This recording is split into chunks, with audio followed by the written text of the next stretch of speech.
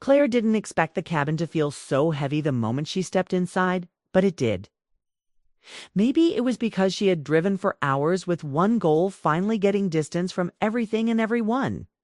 The quiet lake outside looked peaceful, almost too peaceful, like it had been waiting for her to finally break down. She put her bag on the wooden floor, trying to push away the tight feeling in her chest. She told herself she needed this weekend alone to think, to breathe, and to understand the emotions she had been avoiding for months. The cabin smelled of pine and old memories. She had been here before, years ago, when life felt simple. Back. Then she came with Evan and Miotha, two people she had loved, like family. The two people she had trusted more than anyone else. She stopped herself from thinking about them now.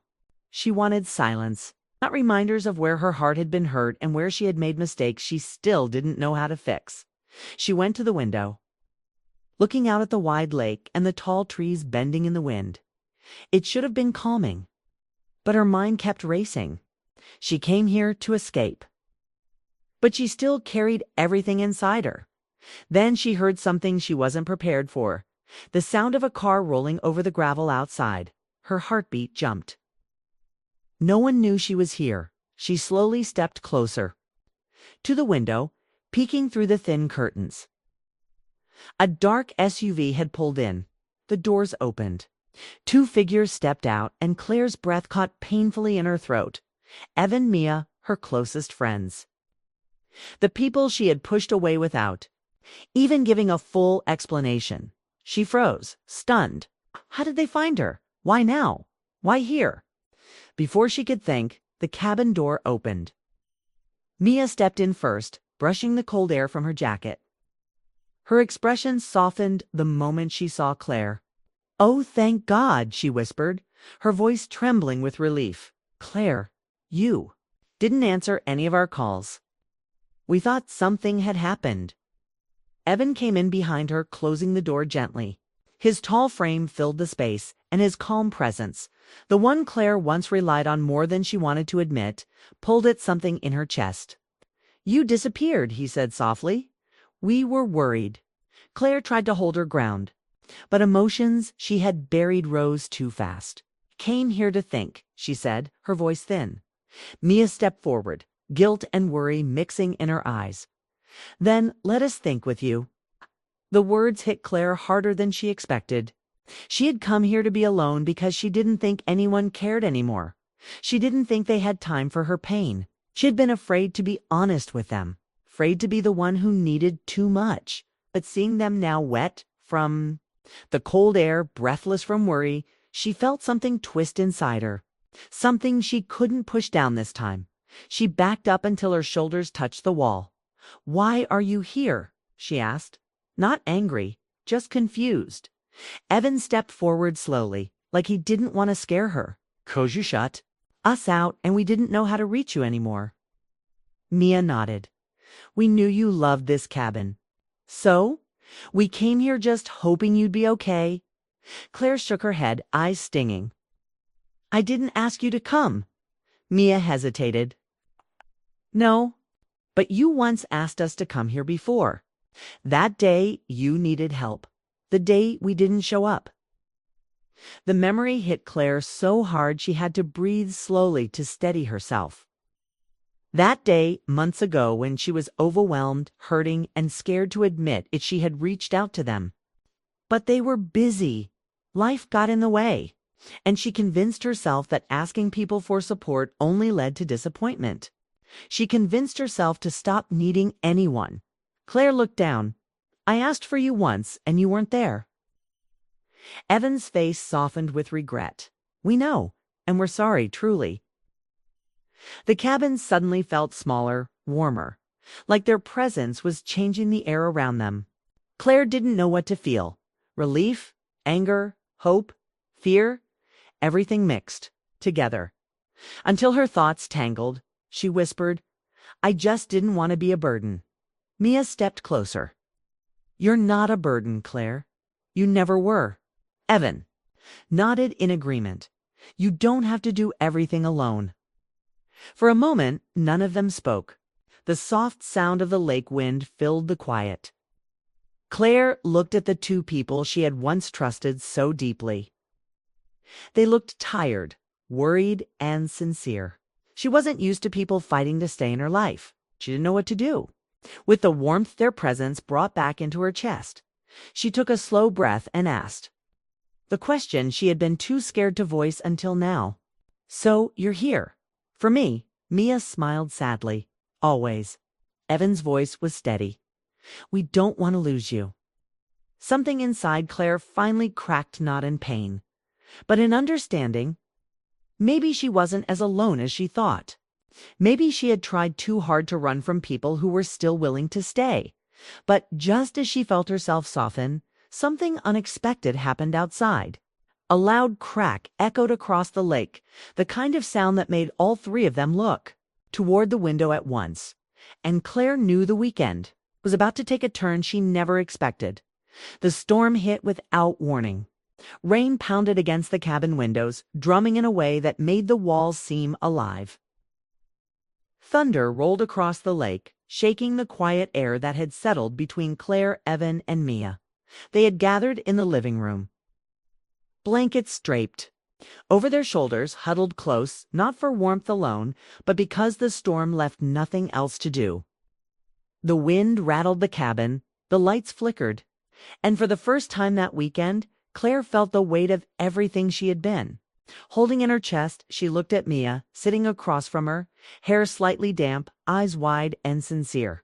And Evan sitting quietly beside her, strong and calm as always, yet there was tension in his jaw that betrayed his worry. Claire felt the walls she had built around herself cracking. She wanted to run again, to disappear like she had before. But something about seeing them here, worried and steady, made her stop.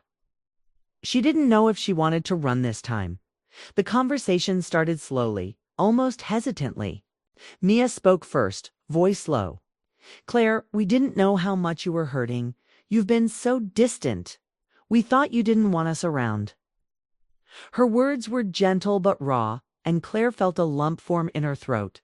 She had hidden her pain so well, even from them. She had thought she could handle it alone, that needing anyone was weakness. But hearing those words made her realize just how much she had missed having them near. "I didn't want to bother anyone," Claire said, her voice shaking. "I didn't want to be a problem." The blanket slipped slightly from her shoulder, and she didn't bother adjusting it. She didn't care about appearances anymore. The storm, the thunder, the raw honesty of the moment, Tit made her feel exposed in a way she hadn't allowed herself in months. Vulnerable, but also alive. Evan leaned forward, resting his elbows on his knees.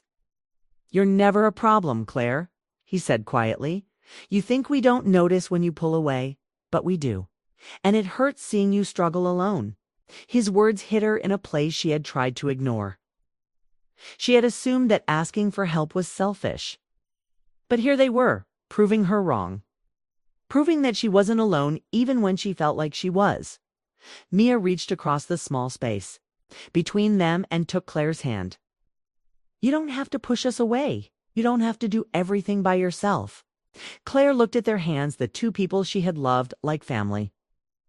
The two people who had always been there in small, quiet ways, and for the first time, she felt a flicker of hope.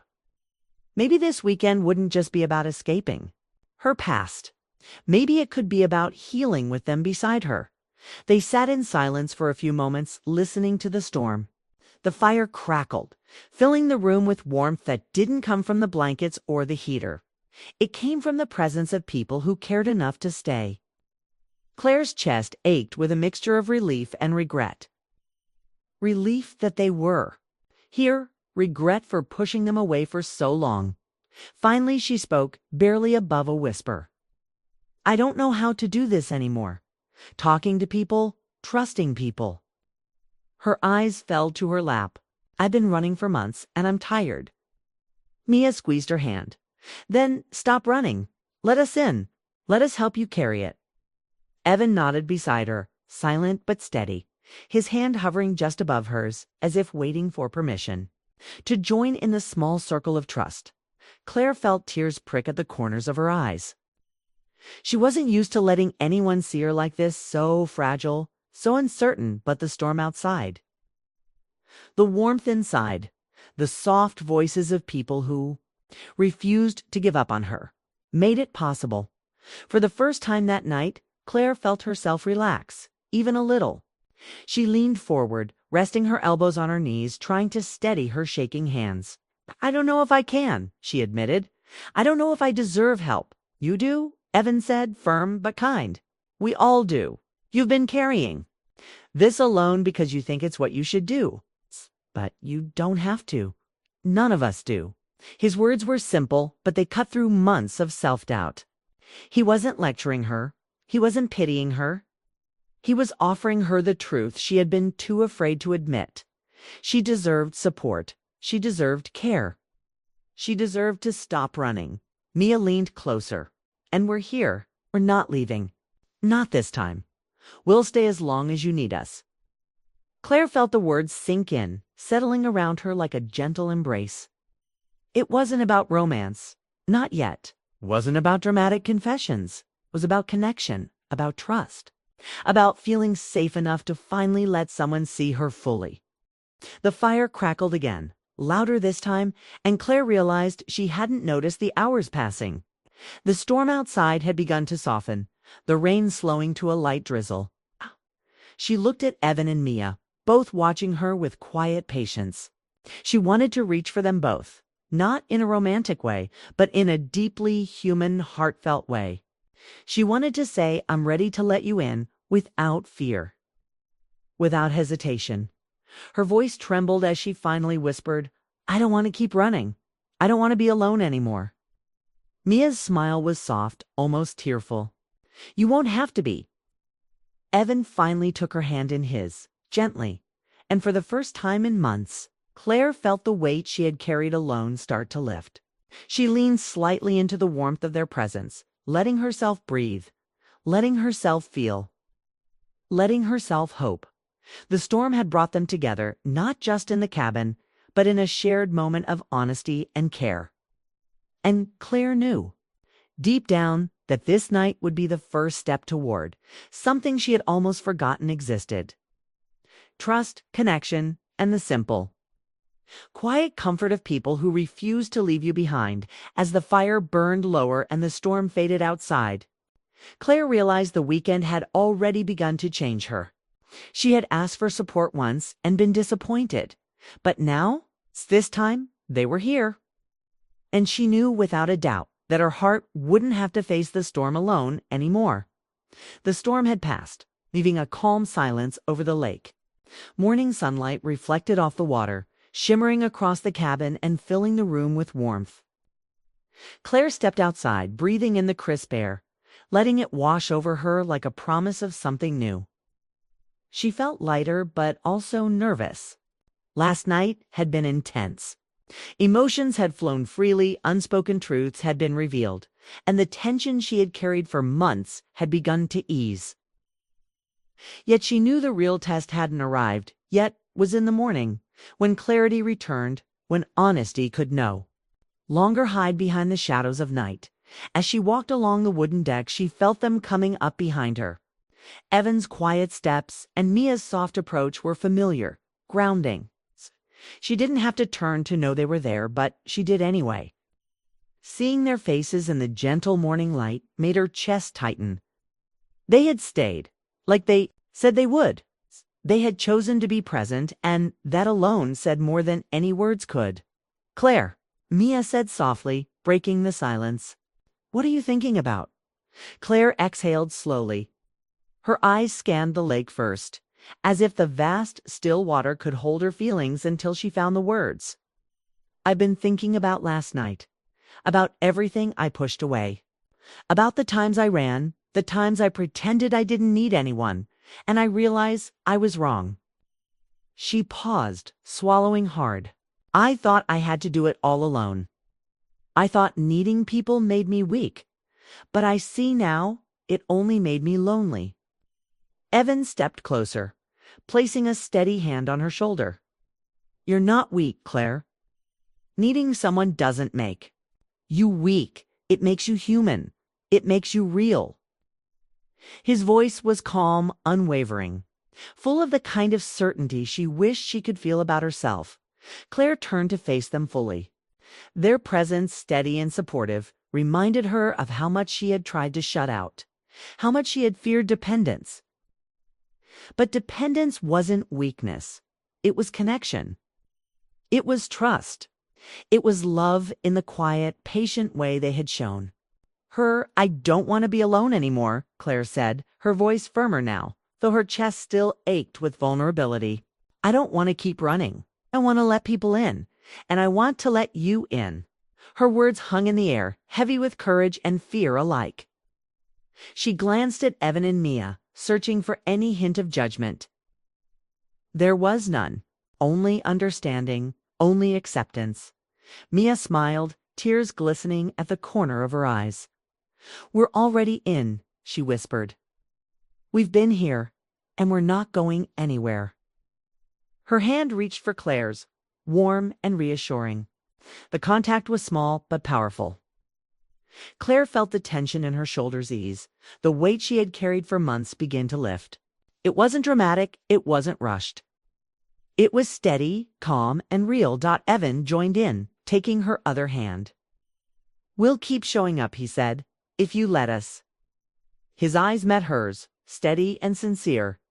No pressure, no expectation, just the quiet offer of loyalty and care. Claire felt the truth in his words. They weren't asking for anything except her willingness to let them be there. And she was ready. A breeze swept across the deck, ruffling their hair and carrying the scent of the lake. Claire's gaze drifted to the horizon, then back at them. She realized she hadn't felt this safe, this understood in a long time. Last night had begun the healing, but now, in the clarity of morning, she could finally see that she didn't have to face her struggles alone anymore. She had asked once before, and she had been disappointed. This time, they were here, and they had come fully. Without hesitation, she let herself smile. A small, genuine smile that spread warmth through her chest. "Thank you for staying, for coming, for not giving up on me." Mia squeezed her hand, laughing softly. "You think we could ever give up on you?" she said, a hint of teasing in her voice, but it carried love. Evan nodded, and for a moment all three of them stood there in silence, feeling the morning sun on their faces, feeling the bond between them strengthen with each passing second. It wasn't about romance, not in a dramatic sense, but it was something deeper, something emotional, heartfelt, and real. It was a promise that they would face life together, that they would support each other when fear and doubt crept in. Claire realized that this bond, steady, enduring, kind, was worth more than anything she had chased alone. She finally spoke again, her voice softer, reflective. "I've spent so long thinking I had to handle everything by myself. But I don't anymore. I want to live differently. I want to let people be there for me." Her eyes met theirs, and she felt the final pieces of fear dissolve. She wasn't alone.